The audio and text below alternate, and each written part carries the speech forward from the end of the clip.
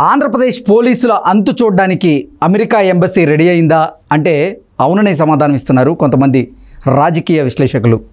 ఈ నేపథ్యంలో అసలు ఆంధ్రప్రదేశ్ పోలీసుల అంతు చూసేందుకు అమెరికన్ ఎంబసీ ఎందుకు రెడీ అయింది, ఏం చేయబోతుంది అనే అంశానికి సంబంధించి మనతో మాట్లాడేందుకు ప్రముఖ రాజకీయ విశ్లేషకులు, ప్రముఖ సీనియర్ జర్నలిస్ట్ సిఎస్ రావు గారు మనతో ఉన్నారు. ఆయనతో మాట్లాడదు. Sir hi sir. Hello sir, ఆంధ్రప్రదేశ్లో పోలీసుల అంతు చూసేందుకు అమెరికన్ ఎంబసీ రెడీ అయింది అంటూ ఒక వార్త సోషల్ మీడియాలో చక్కర్లు కొడుతూ ఉంది. ఆంధ్రప్రదేశ్లో పోలీసుల అంతు చూసేందుకు అమెరికన్ ఎంబసీ ఎందుకు రెడీ అయింది, అసలు ఏం జరుగుతుంది అంటే ఏం చెప్తారు?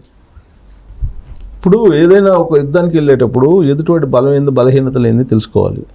లేదనుకో భూమిరాంగం అవుతుంది. అంటే సామెత కూడా చెబుతారు, 1000 గొడ్డలు తిన్న రాబుంది కూడా ఒక గాలి వానికి కొట్టుకోబోతుంది.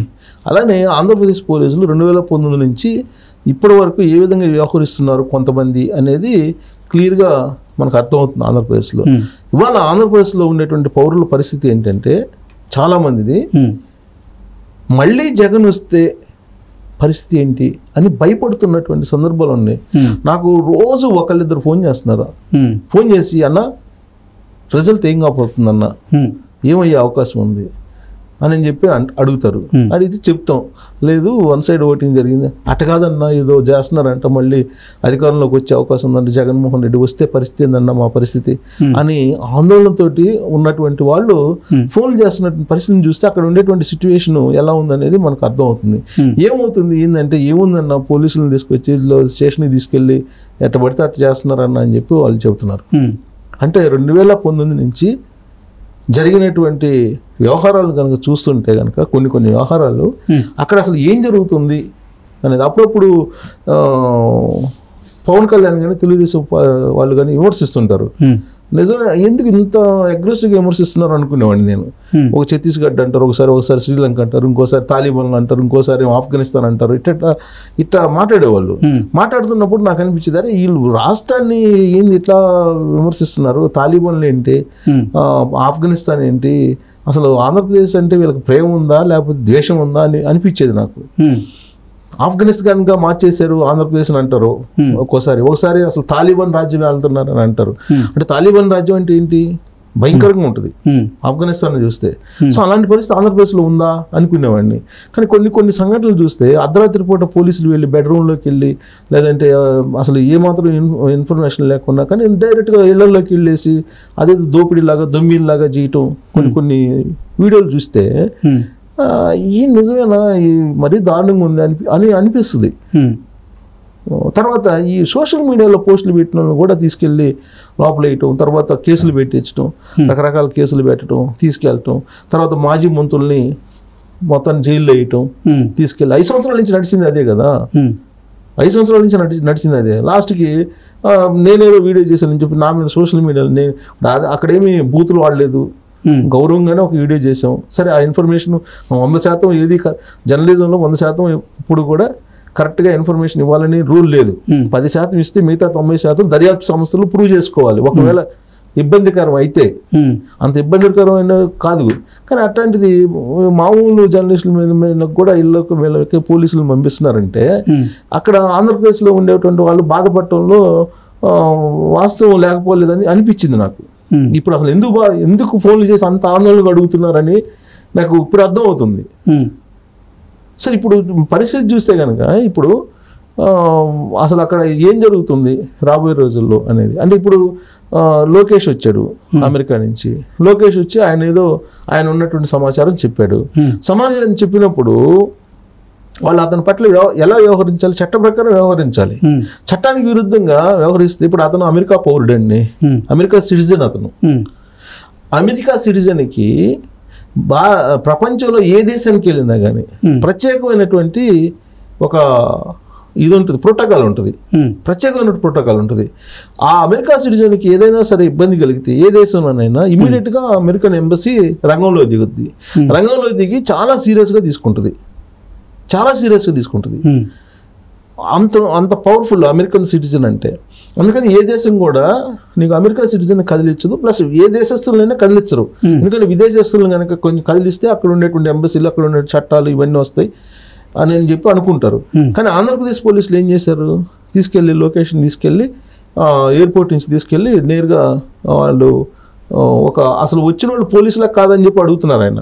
ముందు సీసీ కెమెరాలు బయటకు తీయండి. ఇప్పుడు ఆ పర్మిసెస్ గన్నవరం ఎయిర్పోర్ట్ ఆ ఎయిర్పోర్ట్ అనేది నేషనల్ పర్మిసెస్. అది నేషనల్ పర్మిసెస్లోకి వీళ్ళు ఎట్లా ఎంటర్ అవుతారు అసలు? పోలీసులు, సివిల్ పోలీసులు ఎంటర్ కావడానికి లేదు. సరే ఎంటర్ అయ్యడానికి అక్కడ పర్మిషన్ తీసుకొని ఏదన్నా చేయాలి, అంతే తప్ప నీకు డైరెక్ట్గా వీళ్ళు చర్యలు తీసుకోవడానికి లేదు. ఇప్పుడు అక్కడ వాస్తవంగా హద్దులు కూడా ఉంటాయి. ఇప్పుడు మన పోలీసులో తీసుకో, సివిల్ పోలీసు, మన ఆంధ్రప్రదేశ్ పోలీసులు లేదా తెలంగాణ పోలీసులు తీసుకుంటే కొన్ని ఇన్సిడెంట్స్ జరిగినప్పుడు ఇది నా సరిహద్దు కాదు, ఇది నా సరిహద్దు కాదని చెప్పి తప్పించుకుంటారు పోలీస్ స్టేషన్లో. అంటే పర్మిషన్స్ ఉంటుంది కదా, పోలీస్ స్టేషన్ పర్మిషన్. ఇప్పుడు సపోజ్ ఏదన్నా ఒక యాక్సిడెంట్ అయ్యి చనిపోయారు అనుకో, చనిపోయినప్పుడు ఆ కేసు ఇన్వెస్టిగేషన్ ఇవన్నీ చేయాలి. కాబట్టి వాళ్ళు ఏం చేస్తారు, ఆ బోర్డర్ చూసుకుంటారు, ఈ బోర్డర్ నాది కాదు పక్కలది అని వదిలేస్తారు. ఒక్కోసారి బోర్డర్ ఇష్యూ కూడా వస్తాయి పోలీస్ స్టేషన్ల మధ్యలో. అలాంటిది నేషనల్ సెక్యూరిటీ పరిధిలో ఉండేటువంటి ఎయిర్పోర్ట్కి సంబంధించి నువ్వు ఆంధ్రప్రదేశ్ పోలీసులు ఎలా అదుపులోకి తీసుకుంటావు అనేది అతను ప్రశ్నిస్తున్నాడు లోకేష్. రెండేంటంటే, నేను అమెరికన్ సిటిజన్ని, నేను అమెరికా వెళ్తున్నాను, ఢిల్లీ నుంచి అమెరికా వెళ్ళాలి, నన్ను ఎయిర్పోర్ట్లో ఉన్నప్పుడు నువ్వు ఎలా అదుపులో తీసుకుంటావు? ఆంధ్రప్రదేశ్ పోలీసులు జగన్మోహన్ రెడ్డి సెక్యూరిటీ ఎలా అదుపులో తీసుకుంటుంది? ఈ పాయింట్ నెంబర్ 1. అంటే జగన్మోహన్ రెడ్డి మీద రెక్కి నిర్వహిస్తున్నాడు, జగన్మోహన్ రెడ్డి ఏ ప్రాంతాలకు వెళ్తున్నాడు అనేది తెలుసుకునేటువంటి ప్రయత్నం చేస్తున్నాడు. అందుకే జగన్మోహన్ రెడ్డి సెక్యూరిటీ సిబ్బంది కూడా అతన్ని అదుపులోకి తీసుకున్నారంటూ రకరకాలుగా చెప్తూ ఉన్నారు. అవును, నువ్వు పర్మిషన్ తీసుకోవాలి. అక్కడ నేషనల్ సెక్యూరిటీ వాళ్ళు ఉంటారు కదా, నేషనల్ సెక్యూరిటీ ఉంటుంది. ఆ సెక్యూరిటీ ఉన్నప్పుడు ఎన్ఐఏ పరిధిలోకి వస్తుంది. ఇప్పుడు పోయినసారి కోడికత్తి కేసు జరిగింది ఎయిర్పోర్ట్లో, విశాఖ ఎయిర్పోర్ట్లో కోడికత్తి కేసు జరిగింది. అప్పుడు ఎన్ఐఏ ఇన్వెస్టిగేషన్ చేసింది. ఆంధ్రప్రదేశ్ పోలీసులు ఇన్వెస్టిగేషన్ చేయలేదు కదా, ఎన్ఐఏ కదా చేసింది. ఇప్పుడు మరి నేషనల్ పర్మిషన్స్లో ఉంటే వాళ్ళు చేయాలి. ఇప్పుడు రైల్వే ఉంది, రైల్వేలో ఏదన్నా జరిగినప్పుడు రైల్వే పోలీసులే చూస్తారు, అంతే తప్ప సివిల్ పోలీసులకి వాళ్ళు వచ్చి ఎంటర్ అయ్యి ఇన్వెస్టిగేషన్ చేయరు. దానికి ఒక చట్టం నిబంధనలు ఉంటాయి, అది అతిక్రమించారని ఇతను చెప్పే ఒకటి. రెండేంటంటే, సరే అదుపులోకి తీసుకున్నారు, అదుపులోకి తీసుకునేటప్పుడు సివిల్ డ్రెస్లో ఉన్నారు అందరూ. ఒక్కళ్ళు మాత్రమే సిఐ వరప్రసాద్ అన్న అతను ఉన్నాడు, మిగతా వాళ్ళందరూ సివిల్ డ్రెస్లో ఉన్నారు. ఒక 20 మంది ఉన్నారు, 15 నుంచి 20 మంది ఉన్నారు. వాళ్ళు నన్ను కారులో తీసుకెళ్ళిపోయారు. కారులో తీసుకొని పోయి మధ్యలో నన్ను మ్యాన్ హ్యాండింగ్ చేశారని చెప్తున్నాడు అతను. నాకు ఛాతి నొప్పి వచ్చింది, హాస్పిటల్కి తీసుకెళ్ళమంటే వాళ్ళు ఏదో ఫిజియోథెరపీ దగ్గరికి తీసుకెళ్లారు అని చెప్పి మొత్తం చెప్తూ, కావాలంటే కాల్ రికార్డ్ చేయండి, కాళ్ళు మొత్తం తీయండి, బయటికి తీయండి అని చెప్పేసి చెప్తారు. ఇవన్నీ మెన్షన్ చేస్తూ అతను అమెరికన్ ఎంబసీకి కంప్లైంట్ చేశాడు. అమెరికన్ ఎంబసీ ఇమీడియట్గా ఆంధ్రప్రదేశ్ పోలీసుని అడిగింది, వివరణ అడిగింది. వివరణ అడుగుతుంతో పాటు అమెరికన్ సిటిజన్ని మీరు అరెస్ట్ చేస్తారో అదుపులో తీసుకుంటారని. దాంతో తేరుకున్నటువంటి ఆంధ్రప్రదేశ్ పోలీసులు మంగళవారం రోజు ఇవాళ 41 నోటీస్ ఇచ్చారు అరెస్ట్కి, విచారణ రమ్మని. అదుపులోకి తీసుకున్నారు, ఆల్రెడీ విచారించారు, ఆయన ఫోన్ తీసుకున్నారు, ఆయన దగ్గర ఉన్న ఎవిడెన్స్లు తీసుకున్నారు, ఇవాళ 41 నోటీస్ ఇచ్చారు. ఇప్పుడు ఆయన ఏం చేస్తున్నాడు, అజిత్ దోవల్ ఉన్నాడా,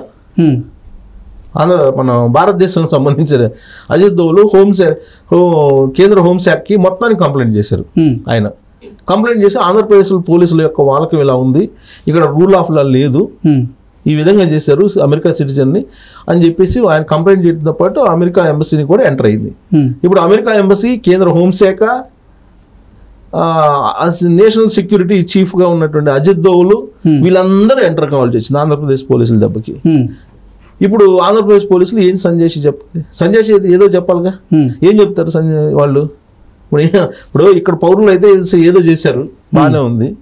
అమెరికన్ సిటిజన్ రేపు అమెరికా సిటిజన్ కదా అతను, అమెరికా పోలీసుకి చెప్పాలి, లేదా అమెరికా ఎంబసీకి చెప్పాలి కదా. అదొక మచ్చే కదా ఆంధ్రప్రదేశ్లో ఏం జరుగుతుంది అనే దానికి. అదొక ముందైతే నోట్ అవుతుంది కదా అక్కడ ఆంధ్రప్రదేశ్లో ఏం జరుగుతుంది అనే దానికి. ఇట్లాంటి ఒక 10 కేసులు వచ్చినాయి అనుకో, ఆంధ్రప్రదేశ్ వైపు మీరు వెళ్ళొద్దు అని చెప్పింది అమెరికన్ ఎంబసీ. అది ఆంధ్రప్రదేశ్కే నష్టం. కాబట్టి రూల్ ఆఫ్ లా, రూల్ ప్రకారం నడుచుకోవాలి. ఇప్పుడు లోకేష్ దెబ్బకి ఆంధ్రప్రదేశ్ పోలీసులు చాలా ఇబ్బంది పడే అవకాశం ఉంది రాబోయే రోజుల్లో. Okay sir, thank you so much. Thank you.